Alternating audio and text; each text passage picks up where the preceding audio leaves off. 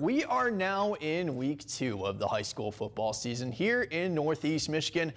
Let's start off with our game of the week, shall we?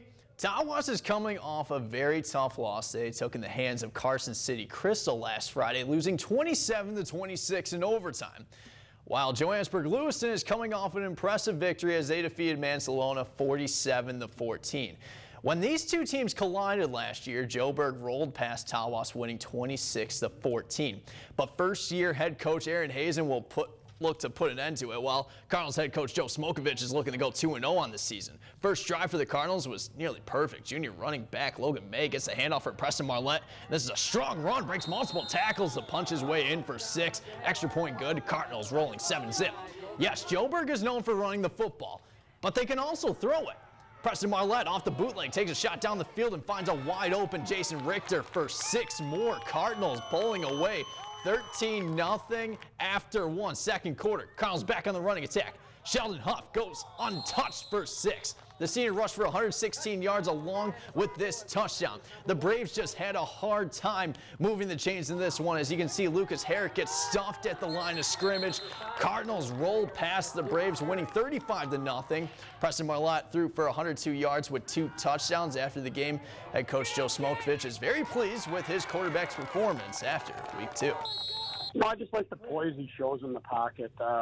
He's matured a lot since last year, physically and mentally. He just makes some big plays, and that's just what he is, a playmaker for us. He's just a great compliment to Sheldon and Logan May and Henry Baker and all the other kids we have. The Cardinals return to action on October 2nd as they will host Frankfort. Meanwhile, Tawas will look to get back on track next week as they will head to Oscoda to take on the Owls. Sticking with 11-man football, the Oscoda Owls were up in Presque County as they squared off with the Rogers City Hurons. Both the Hurons and the Owls were able to take care of business in their season debuts last week. For the Owls, they shut out Waterford, winning 58-0, while the Hurons defeated the Alcona Tigers on that walk-off touchdown, which was our top play of the week for week 1. Let's get into the action. Here we go. Oscoda already up 6-0. And Owen Franklin is going to take the snap and fake the throw. And will keep this himself for 6. And the Owls now up 12-0. Second quarter. It's Franklin again. This time he's going to take it up the middle. Break it outside for 6 more. Owls rolling. 18-zip. Still in the second. This time, the senior quarterback, he's going to use his arm this time. Airs it out to hit Drew Hess for the score. Owls rolling up 26-0. It was all Owls in this one as they dominated the Hurons, shutting them out by a score of 50-0. Now, the other 11-man game that took place on this Friday night as Marlette took down Alcona by a score of 31-18. The Tigers have now fallen to 0-2 on the year and will hope for some revenge next week as they host Rogers City in a rematch from week 1. We do have one 11-man game taking place Saturday night as the Alpena Wildcats return home for their first time this season as they welcome the Titans of Traverse City West for a Big North Conference battle. The opening kickoff for this game is at 7 p.m. Now we're going to switch gears to 8-man football over in Onaway, where the Cardinals were hosting St Helen. The Cardinals come in their week to match up against St Helen on a bit of a high note after they dominated Bel Air, winning 50-0 to start the season at 1-0, while St Helen were hoping to rebound after they forfeited at halftime to Inland Lakes, and that resulted in a 38-0 loss. Onaway on the attack early. Spencer Nash fakes the handoff, and he's going to take it in himself for the score.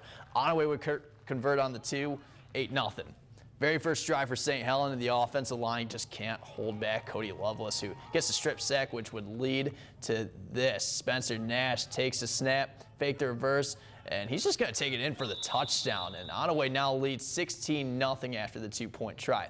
The Cardinals just kept their foot on the gas pedal when Nash hands it off to senior Brendan Fenstermaker, who won't be stopped. He'll take it in from 30 yards out, 22-0 Cardinals. Fenstermaker finished the night with 84 yards, including the score. Onaway wasn't done, though. We're still in the first quarter. Spencer Nash again with the fake handoff, and yeah, 6 more. For his 3rd score of the night, Cardinals led 30-0 at the end of the first quarter. Onaway dominated St. Helen, winning by a score of 46-0 for head coach Steve Kling. You couldn't ask for a better start to the season, but is making sure that this team keeps maintaining their focus week in and week out.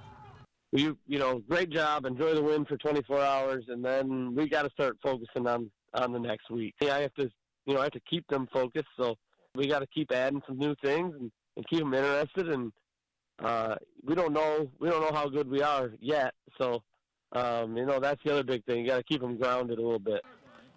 So the Cardinals now improved to 2-0 on the season and will look to make it 3 in a row next Friday when they travel to Central Lake to take on the Trojans.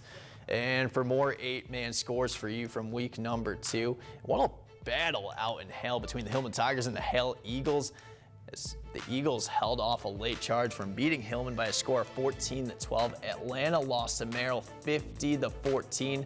The Huskies are back on the road as they travel to Mile to take on the Thunderbolts. Moving on now to the final 2 games on this Friday night, as Posen took care of business against Augrey Sims, winning by a score of 62-50.